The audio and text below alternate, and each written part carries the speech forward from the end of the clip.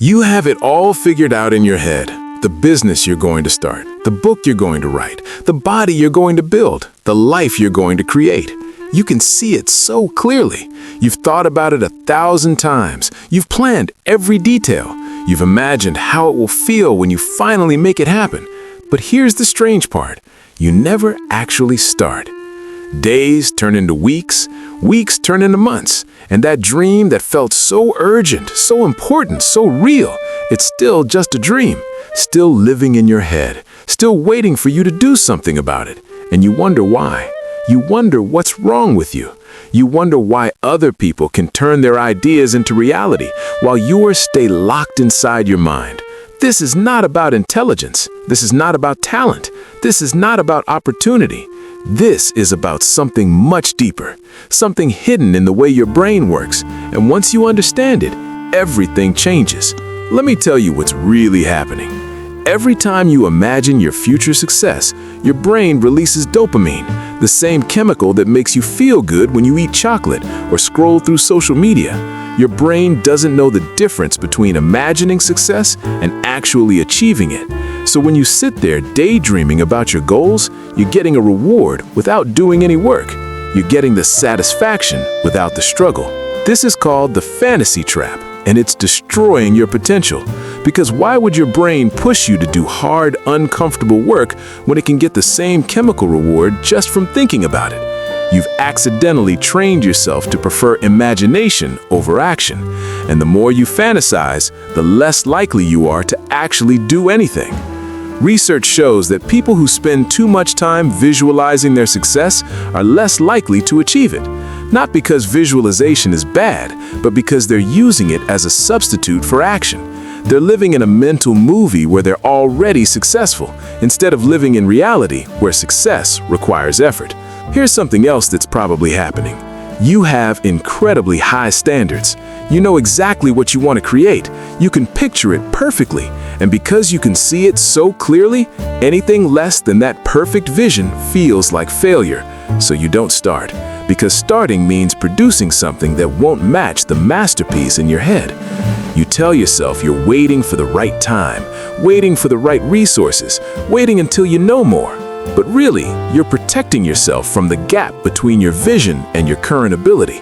That gap is terrifying, so you stay in the safe space of potential, where you can still believe you're capable of great things without ever having to prove it.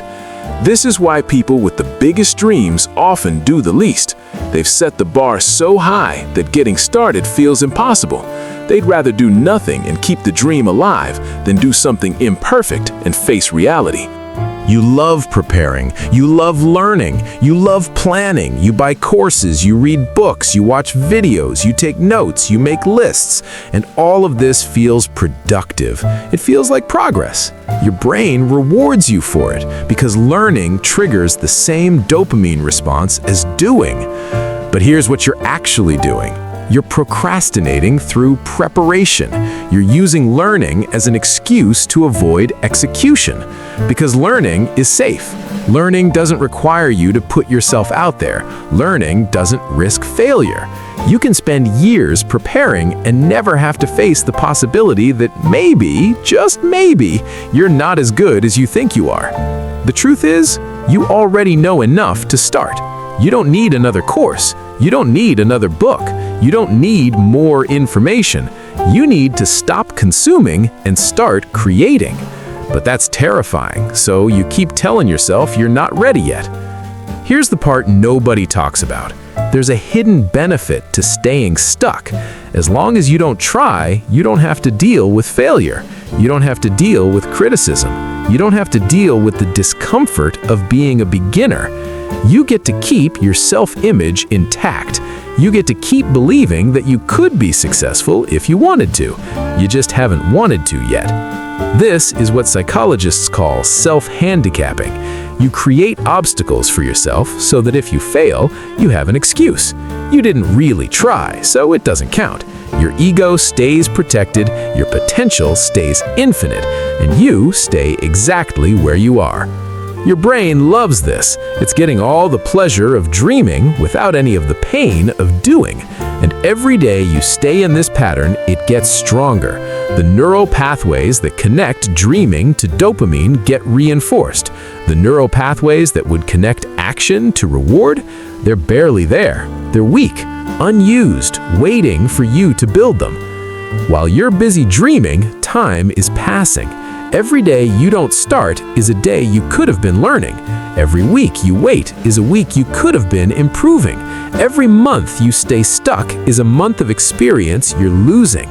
You think you're protecting yourself, but you're actually stealing from your future self. And here's what makes it worse. The longer you wait, the harder it gets. Because now you're not just fighting your fear of starting, you're fighting the guilt of all the time you've already wasted. You're fighting the shame of all the promises you've broken to yourself.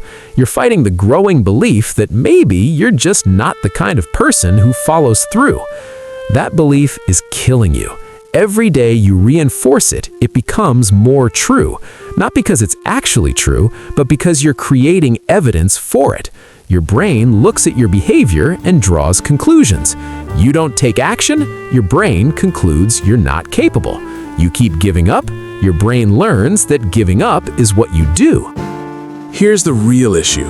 You've built an identity around being someone with potential, someone with big ideas, someone who's going to do something amazing someday. That identity feels good, it feels special. And you're afraid that if you actually try and fail, you'll lose it.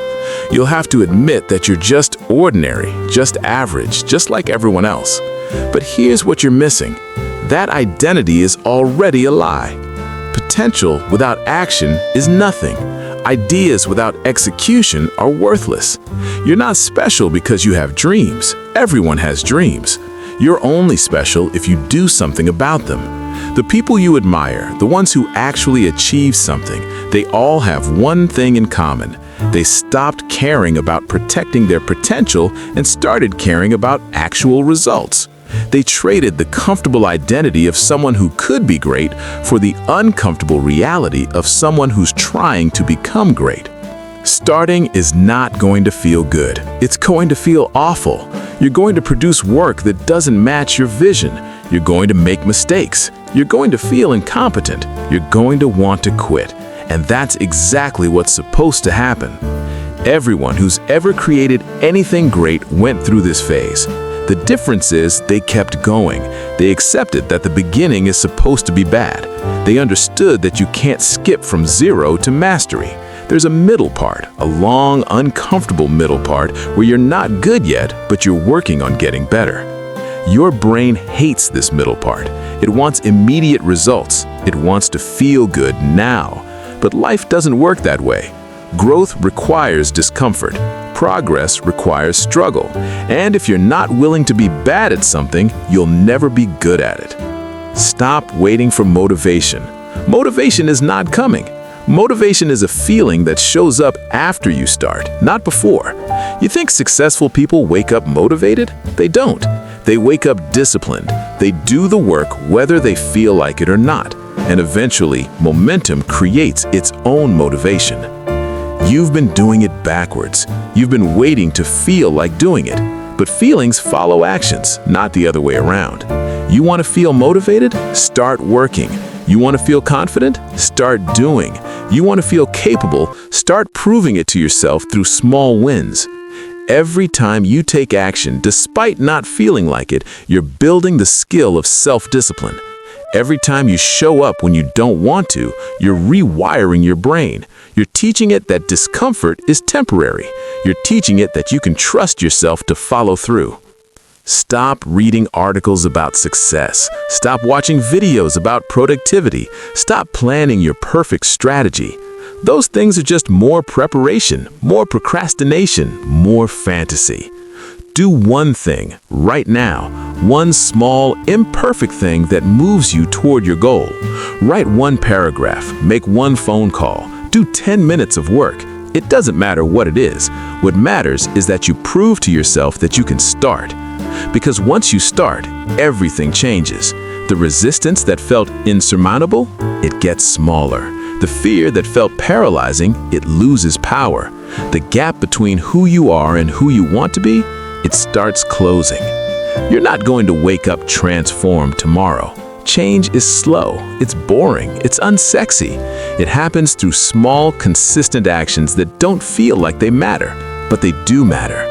Every single one of them is rewiring your brain, building new patterns, creating new habits. You're at a crossroads. You can keep living in the fantasy, keep dreaming about what you're going to do someday, keep protecting your potential and your ego and your comfort. Or you can step into reality, accept that you're going to be bad at first, accept that it's going to be uncomfortable, accept that you might fail. But here's the thing about failure. It's temporary, it's a data point, it's information. What's permanent is regret. What's permanent is looking back in 10 years and realizing you wasted all that time being afraid.